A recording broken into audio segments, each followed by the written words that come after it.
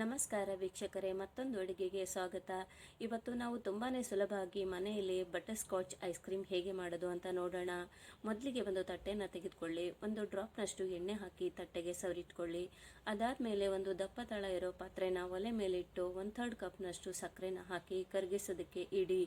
ಅದು ಕರಗಿ ಈ ಥರ ಬ್ರೌನ್ ಕಲರ್ ಆಗಕ್ಕೆ ಶುರು ಆಗುತ್ತೆ. ಆವಾಗ ಸರಿಯಾಗಿ ಮಿಕ್ಸ್ ಮಾಡಿ ಒಂದು ಅರ್ಧ ಚಮಚದಷ್ಟು ಬೆಣ್ಣೆನ ಹಾಕ್ಕೊಳ್ಳಿ. ಬೆಣ್ಣೆನೂ ಹಾಕಿ ಚೆನ್ನಾಗಿ ಮಿಕ್ಸ್ ಮಾಡ್ಕೊಳ್ಳಿ. ಅದಾದ ನಂತರ ಸಣ್ಣಗೆ ಸ್ವಲ್ಪ ಪುಡಿ ಮಾಡಿ ಇಟ್ಕೊಂಡಿರೋ ಬಾದಾಮಿ ಮತ್ತು ಗೋಡಂಬಿನ ಒಂದು 1/4 ಕಪ್ನಷ್ಟು ಆ ಸಕ್ಕರೆಗೆ ಹಾಕಿ ಮಿಕ್ಸ್ ಮಾಡ್ಕೊಳ್ಳಿ. ಸಕ್ಕರೆಗೆ ಮಿಕ್ಸ್ ಮಾಡಿದ ತಕ್ಷಣ ಬೇಗನೆ ನೀವು ತಟ್ಟೆಗೆ ಅದನ್ನು ಬದಲಾಯಿಸ್ಕೊಳ್ಳಿ. ಅದು ಬಿಸಿ ಇದ್ದಾಗಲೇ ಸೆಟ್ ಆಗಿಬಿಡುತ್ತೆ. ಬೇಗನೆ ಅದನ್ನ ತಟ್ಟೆಗೆ ಹಾಕ್ಕೋಬೇಕು. ನಂತರ ಅದೇ ಪ್ಯಾನನ್ನು ಒಲೆ ಮೇಲಿಟ್ಟು 1 ಕಪ್ನಷ್ಟು ಹಾಲು ಹಾಕ್ಕೊಳ್ಳಿ.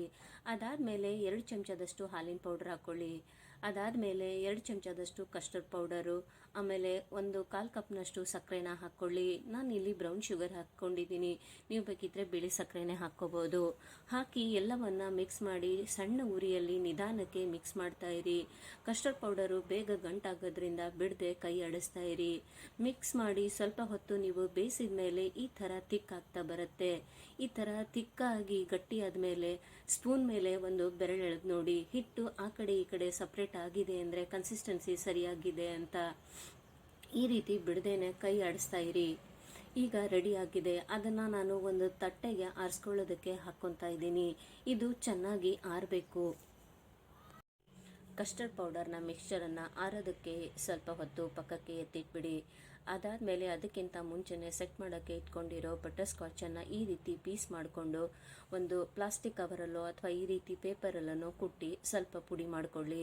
ತುಂಬ ಸಣ್ಣಗೆ ಪುಡಿ ಬೇಡ, ಈ ರೀತಿ ಕೋರ್ಸಾಗಿದ್ದರೆ ಸಾಕು.